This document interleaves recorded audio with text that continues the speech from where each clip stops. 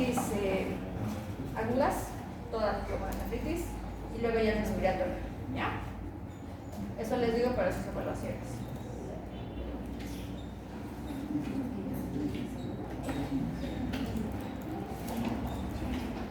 Vamos a hablar de lo que son las cardiopatías congénitas. Acuérdense que la edad pediátrica es desde que nacemos. Ustedes saben que en el vientre materno nuestra circulación es muy distinta, ¿verdad? Va a depender del gasto cardíaco de la madre. Ya luego, cuando nosotros venimos a la vida extrauterina, pues recién vamos a llegar a hacer uso, por decirlo así, de todo nuestro mecanismo cardíaco que tenemos, ¿sí?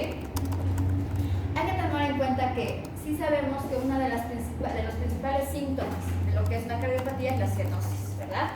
Pero ustedes tienen que saber que la cianosis como tal no es indicativa de patología cardíaca propia, sino puede ser asociada a muchas enfermedades o alteraciones multisistémicas, dentro de las cuales están las cardiopatías congénitas de tipo cianótico, ¿sí? Porque también hay cardiopatías congénitas que no están asociadas a cianosis. Ustedes me dirán, y ustedes saben que la formación del corazón empieza a partir de la semana 7, a ver, de gestación. Entonces, ya para que exista una alteración a nivel de la formación de ese corazoncito, tiene que haber generalmente el pico de alteraciones son entre la semana 8 a la semana 10, ¿sí? De gestación. Entonces, pues, si ustedes se dan cuenta, son las primeras semanas de embarazo y muchas veces en embarazos no planificados es donde más injuria llega a haber en ese periodo, porque muchas veces ya saben que están embarazadas, ¿verdad? Entonces, es el tiempo donde debemos tener más cuidado. Usualmente están asociadas, como vamos a ver, a alteraciones de tipo de ingestas de sustancias, drogas, alcohol, entre otras cosas, ¿ya? Nosotros tenemos que ver, o sea, esto es una esquemita para que ustedes vayan guiándose más o menos qué hacemos ante un recién nacido que nosotros sospechamos que tiene una cardiopatía congénita, ¿verdad? Si vemos que ese bebecito tiene cianosis, esto van a repetir y repetirlo varias veces porque es donde tienen que guiarse bien, ¿sí? Si vemos un bebé con cianosis, ¿verdad? Vamos a tener dos opciones, ¿sí? Ante sospecha de cardiopatía. Si el bebé está azul y está con datos de dificultad respiratoria, está con aleteo, se lo ve que está con diaforético y demás, tenemos que ver que sean cardiopatías de tipo complejo, como ser la transposición de grandes vasos, que haya comunicaciones grandes intraventriculares, que haya una comunicación intraauricular, por ejemplo, con una gran obstrucción, por ejemplo. El cianótico feliz, ¿ya?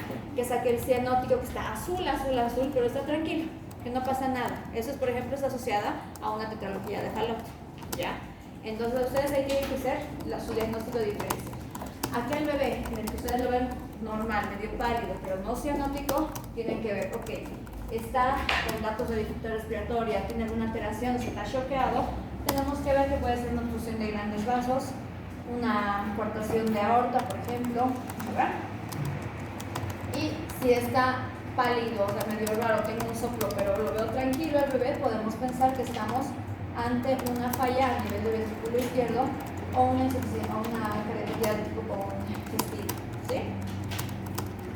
La epidemiología como tal, en cuanto a las cardiopatías, van a llegar a ser el 10% de las malformaciones genéticas en lo que son los bebecitos, ¿sí?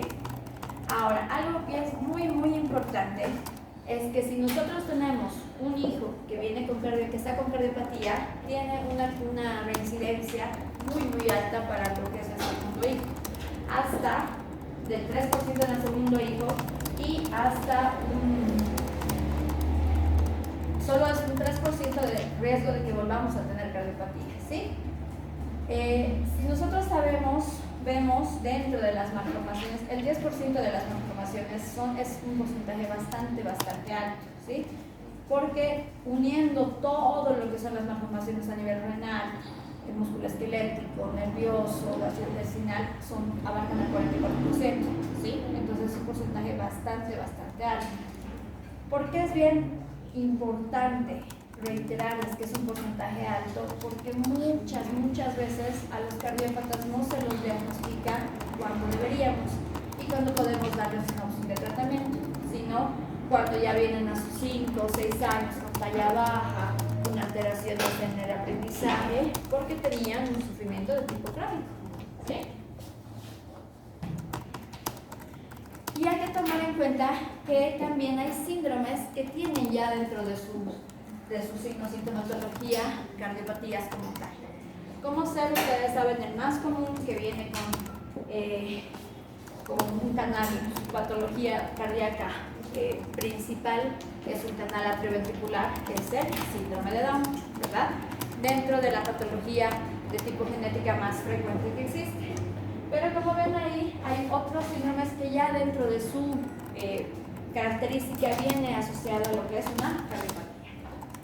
Existen muchos factores de riesgo como tal para desarrollar cardiopatías.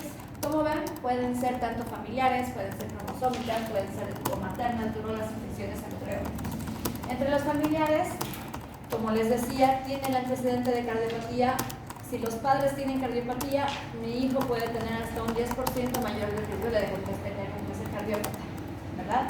Anomalías cromosómicas, como hemos dicho, el síndrome de Down, trisomía 21, trisomía 13, 18, Noonan, entre otros.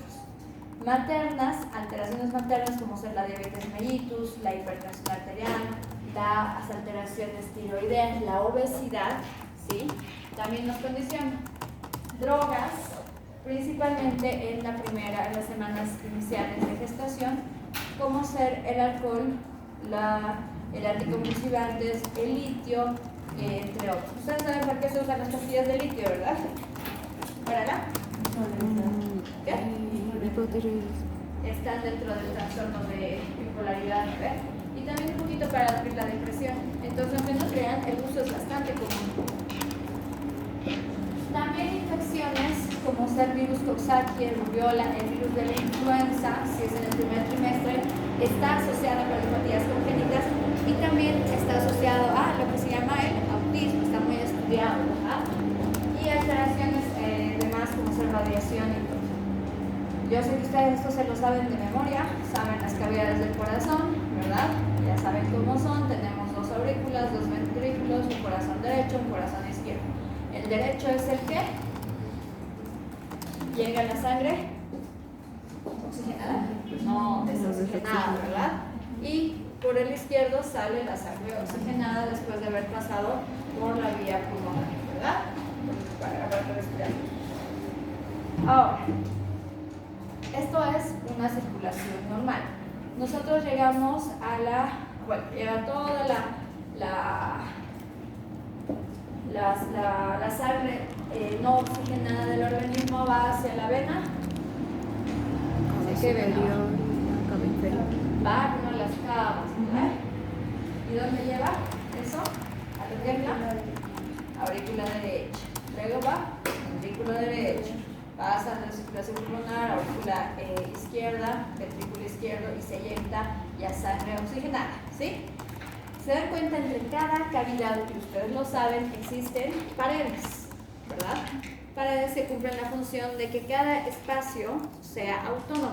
Son como estos cuartos, ¿no ven? Nosotros estamos aquí pasando pediatría, creo que allá al frente están pasando algo de economía y demás, ¿sí? Cada quien tiene su función, ¿verdad? Nosotros estamos aprendiendo más, bueno, somos niños. Pero ellos también son importantes, ¿verdad? Entonces, si nosotros tuviéramos algún defecto en cualquiera de estas paredes, ¿qué va a hacer? Que haya una mezcla, ¿a ver? Y que no haya una función que va a ser adecuada. ¿En qué sentido? Nosotros estamos llevando pediatría, vamos a escuchar un poco de economía y nos vamos a marear, ¿verdad? Los que están llevando economía nos van a mirar de qué se están hablando estos de las cavidades del corazón y va a haber una alteración. ¿Me deben entender, verdad? Bueno, entonces ya sabiendo eso y haciendo el recuerdo, pues sabemos que también existen nosotros que somos las manifestaciones de la función de estas cavidades, se manifiestan semiológicamente con lo que son los ruidos cardíacos, ¿verdad? Y yo sé que ustedes ya saben dónde se encuentra cada ruido cardíaco, ¿verdad? El aórtico está en el segundo intercostal derecho, el pulmonar en el intercostal izquierdo, en el cuarto izquierdo está el cúspide y en el quinto izquierdo está el mitral, ¿verdad? De acuerdo a las válvulas, son las válvulas. ¿Por qué es bien importante esto? Porque ustedes van a escucharme y me han escuchado decir, por ejemplo, es un soplo sistólico irradiado, ¿verdad? Es un soplo diastólico o lo sistólico y demás, porque aquí le está diciendo dónde más o menos es mi alteración, en qué ruido agarro. Si yo veo que la alteración es en todos los espacios, diré ok, y ustedes tienen que ver dónde va a ser la afección. La exploración es tal cual en el adulto, tienen que escuchar siempre los 4 focos. A ver, los 4 puntos. Ya.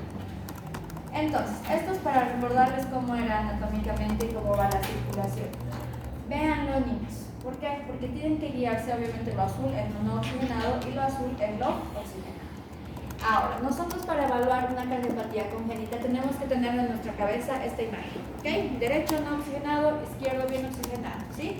Y tengo que ver características que vamos a tener. Y para la evaluación se tiene que ver estas características, ¿sí? En lo que cuenta a lo que es la morfología, primero ver las cavidades cardíacas, tenemos que ver que exista concordancia veno-atrial. ¿A qué se refiere esto? Que las venas cavas me lleguen donde tienen que llegar, en la aurícula derecha, ¿verdad? Esa es la concordancia veno-atrial. De allá, concordancia atrio-ventricular. ¿Qué quiere decir eso? Que estén en relación de las aurículas con los ventrículos, y la concordancia ventricular arterial, que quiere decir que mi ventrículo esté en relación con mi aorta, ¿sí? Obviamente esto ya es un esquema que ha dado la vuelta al corazón, ¿sí? ¿Se entiende, verdad? Para hacerlo fácil. Entonces, si ustedes no ven a un corazón de esta manera, no van a poder entender la patología cardíaca para nada, ¿ya? Entonces, primero que tenemos que ver el análisis secuencial, que hayan las concordancias. Ya, ahí, perdón, eso como adelante, ¿ya? Bueno, se fue un poquito más adelante, pero vamos a volver a repetir esa diapositiva. ¿Por qué? Porque si no tenemos la concordancia, podemos decir que es la posición normal del corazón. ¿Se acuerdan cuál es? O sea, hablando técnicamente y como médicos, lo ha llevado el cardio, se llama situs, ¿se acuerdan? Inversos. Situs, solitus, porque está en un lugar, porque a eso se refiere, que las concordancias están adecuadas, a ver, y hay las 3 concordancias, quiere decir que está en su sitio adecuadamente, y ya será en dextrocardia si se va a la derecha o en normocardia si está a la izquierda, ¿verdad? Eso, ¿se acuerdan de cardio? ¿Verdad? ¿Está bien? ¿No? Ok. Vamos a repetirlo. Ya, les voy a volver a explicar ahorita con dibujito. Ya. Antes de complicar más con este tema, es lo más facilito del mundo, van a darse cuenta. ¿Ya? Para ver nosotros, ya sabiendo la concordancia que tiene que existir, o sea que el corazón tiene que tener esas relaciones, ¿no ves? Cada cavidad con sus relaciones, podemos ver que las lesiones cardíacas como tal pueden ser de tipo obstructivas, ¿verdad? En el caso de que haya alguna alteración dentro del corazón o de los vasos, que sean alteraciones de cortocircuito, o sea que todo su sistema de conducción esté alterado, trastornos de la contracción o relajación ventricular, por ejemplo, si hay una alteración a nivel de lo que es el miocardio como tal, y cualquiera de la combinación de las anteriores. Ahora, como les decía al principio, puede ser la clasificación clínica en si son cardiopatías cianóticas o cardiopatías cianógenas, ¿verdad? Dentro de las cianógenas podemos tener de 2 tipos, ¿sí? Las que son un aumento de la vascularización pulmonar o con la vascularización normal. Esta es una diferencia bien importante con la cardiopatía del adulto, ¿sí? Porque en ellos no nos importa la parte de la vascularización, en nosotros sí, ¿sí? Entonces puede ser cianótica de hiperflujo pulmonar, así se llama, o de normoflujo pulmonar, ¿ya? Y puede ser cianógena con hipoflujo pulmonar o con hiperflujo pulmonar. ¿A qué se refiere eso? Si estoy diciendo que hay aumento de la vascularización pulmonar, quiere decir que estoy sobrecargando mi parte derecha. ¿Se entiende? Y si estoy diciendo que está normal, es que pese a cualquier volumen, mi cavidad derecha es capaz de retener esa cantidad de líquido que tiene.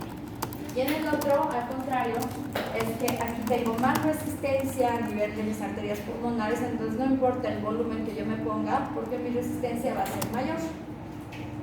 ¿Están agarrando, no ven, no? O más o menos. Ya, ahorita vamos a ir repitiendo.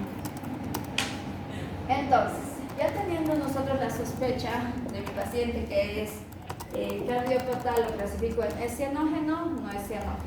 Es cianógeno de hiperflujo o de normoflujo, es acianógeno, perdón, de hiperflujo o de normoflujo, o es cianótico de hipoflujo o de hiperflujo, ¿ya? ¿Y qué hacemos ahí? Tenemos que agarrar primero, hacer su examen físico general con una relación muy importante en lo que son los signos vitales, frecuencia cardíaca, respiratoria, entre otros. Hay que ver la presencia de soplos cardíacos, ¿sí? Y las características. Hay que ver visceromegalias, como ser hepatomegalia, esplenomegalia y la simetría de los pulsos.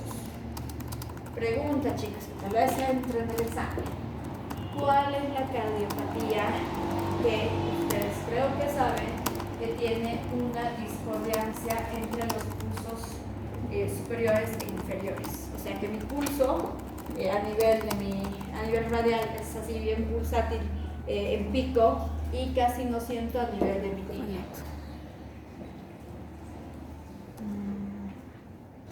¿Recuerdan?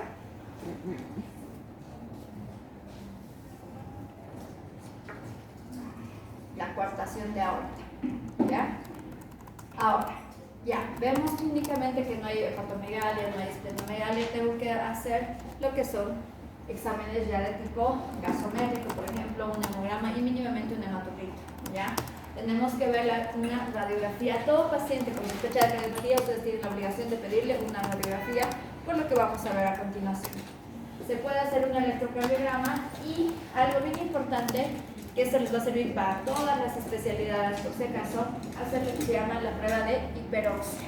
La prueba de hiperoxia sirve para diferenciar si la cianosis que tiene un paciente es de tipo cardíaco o es de tipo pulmonar. ¿En qué consiste la prueba de hiperoxia? ¿Les han explicado alguna vez? No. ¿No? Ya. Vamos a hacer más clases de esto. La prueba de hiperoxia consiste en sacar una gasometría de manera aislada. Por ejemplo, a mí ahorita me sacan una gasometría.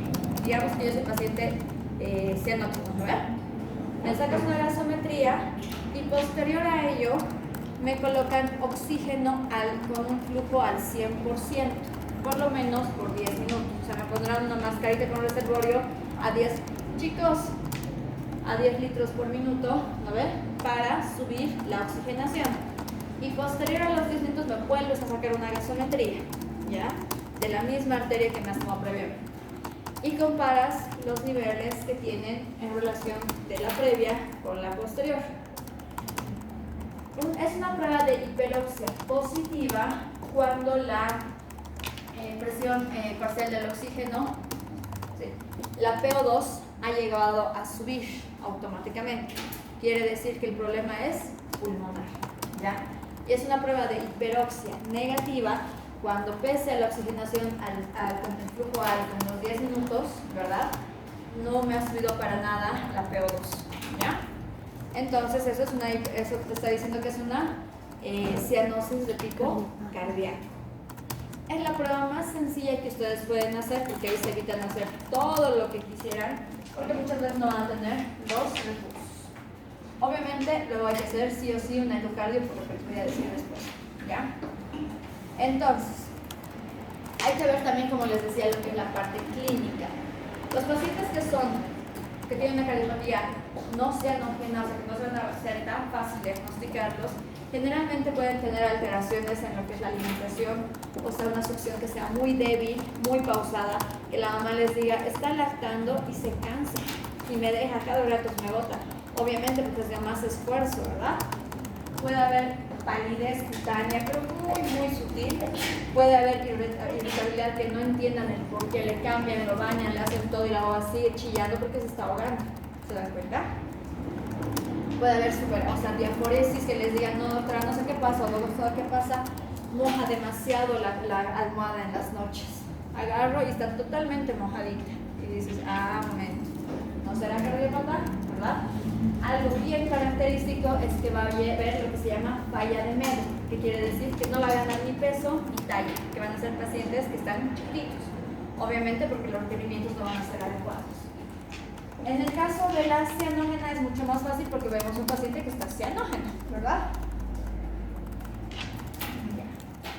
Entonces, esto es lo que les explicaba de la parte de la cianosis, ¿no? De la prueba de hiperoxia.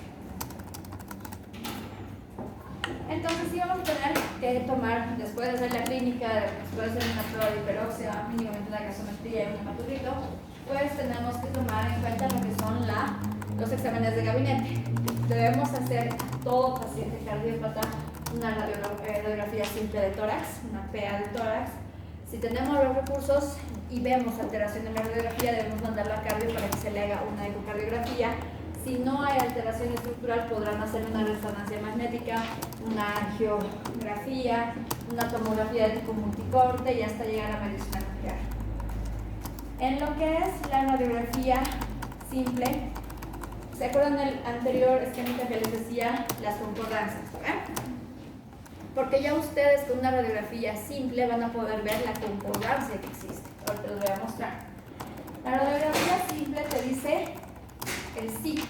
¿Cómo está el situs? El situs quiere decir que mi ventrículo izquierdo esté en relación con mi aorta, que mi ventrículo, mi aurícula derecha esté en relación con mis venas cavas, ¿verdad?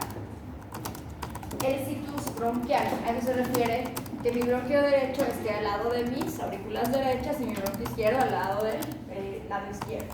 El tamaño cardíaco, ¿verdad? La vascularización pulmonar, el arco aórtico y en sí el esqueleto. Cuando decimos lo normal es el situs solitus, ¿ya? ¿A qué se refiere esto? Que el corazón está en relación con el hígado, o sea, mi parte derecha va a estar en relación, mi vena cava, con mi aurícula derecha. Se supone que mi vena cava está atrás, ¿no? Va a estar en relación con mi aurícula derecha. Mi bronquio derecho, que es el más horizontal, va a estar en relación con mi lado derecho y el izquierdo, ¿verdad? Y el situs inverso se refiere a que hay una alteración en mi morfología que hace que se dé la vuelta. En vez de estar al lado derecho, mi hígado va a estar al lado izquierdo. Yo sé que dicen, no pasa esto, no saben lo frecuente que es. Capaz alguno de ustedes le saca una radiografía tóraca abdominal y puede ser, porque podemos vivir normalmente así, ¿ya? Entonces lo primero que ustedes tienen que ver es el situs, la situación del corazón. ¿Facilito eso? Sí, ¿verdad? O sea, va en relación principalmente con el hígado y con los bronquios. Acuérdense que el bronquio derecho es el más recto, ¿verdad? Entonces, ya sí podemos decir que mi corazón está en situs solitus, o sea, situs solitus quiere decir que está en su sitio en relación a mi hígado, ¿ya? O está en situs inversus, que está dado la vuelta, ¿ya? Bueno, eso es cuando también no hay una determinación del situs. Por ejemplo, si tengo un hígado que está, que tiene los glóbulos, en general están todos dispersos, o que está ocupando todo mi abdomen, pues ahí vamos a poner que está en un situs indeterminado. Esa es la manera y la terminología con la que ustedes tienen que aprender a hablar cuando hagan la semiología de corazón, ¿ya?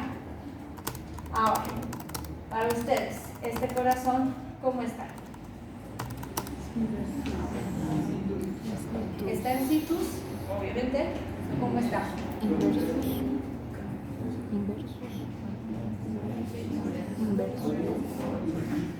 ¿Dónde está mi hígado? ¿A la derecha o a la izquierda? A la derecha. Ya, eso está bien, ¿no ves? Ya. ¿Está en relación con mi aurícula derecha? No. ¿Está en relación con mi ventrículo izquierdo? ¿Verdad? Entonces está en un situs Inverso. Exactamente. ¿Ya? ¿Se entiende, verdad? Obviamente ya es más fácil con radiografías. Ya, obviamente esta guaguita es un situs inversus en dextrocardio. O sea, en vez de irse a la izquierda, el corazón se da la vuelta. tiene la morfología perfectamente, simplemente que no la, o sea que en su desarrollo, en vez de mirarse así, ha dicho, uy, me doy la vuelta, ¿ya? Pero está totalmente estructuralmente perfecto, ¿ya? Ahora, primero, como les decía, vemos la situación del corazón y luego tenemos que ver el tamaño del corazón en lo que es el tórax. Y para eso tenemos lo que se llama el índice cardiotorácico. Que yo sé que ya lo han sacado mucho, pero nosotros tenemos que sacar forzosamente siempre.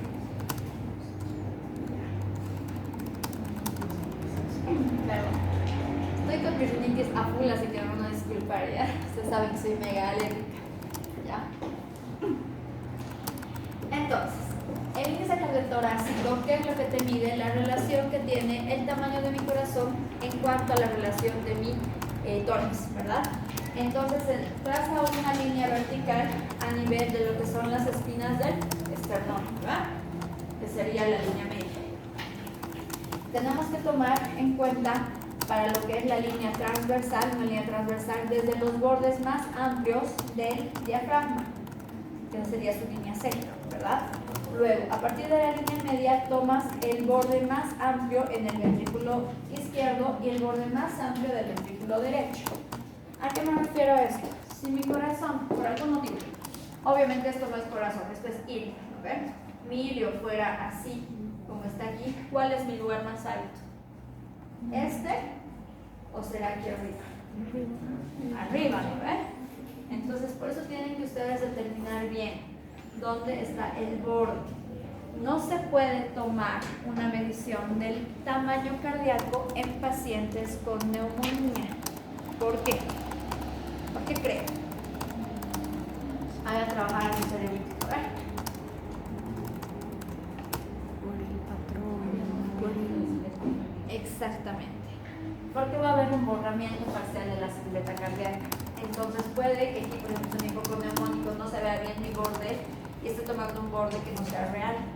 Entonces voy a dar un índice cardiotorácico menor, ¿sí? Entonces, es la sumatoria de la línea más amplia entre el corazón derecho al corazón izquierdo entre el tamaño total de lo que es el tórax. Lo normal es hasta 0,55. Menor a ello, o sea, hasta 0,5 es totalmente normal. Más de eso ya es totalmente anormal. ¿Por qué es bien importante esto? Porque ustedes qué creen. ¿Les parece un corazón normal? ¿Cómo ven? Si ustedes trazan la línea imaginaria que va a haber, que está a nivel, la línea media, a nivel del esternón, ¿verdad? Y veo mi tórax y vean mis bordes que tienen, ¿verdad? Aquí está mi borde más amplio, ¿verdad? Y en este nivel está aquí. Entonces se dan cuenta que está mucho más allá de 0,55. Ya solo con esto puedo decir que es una cardiomegalia.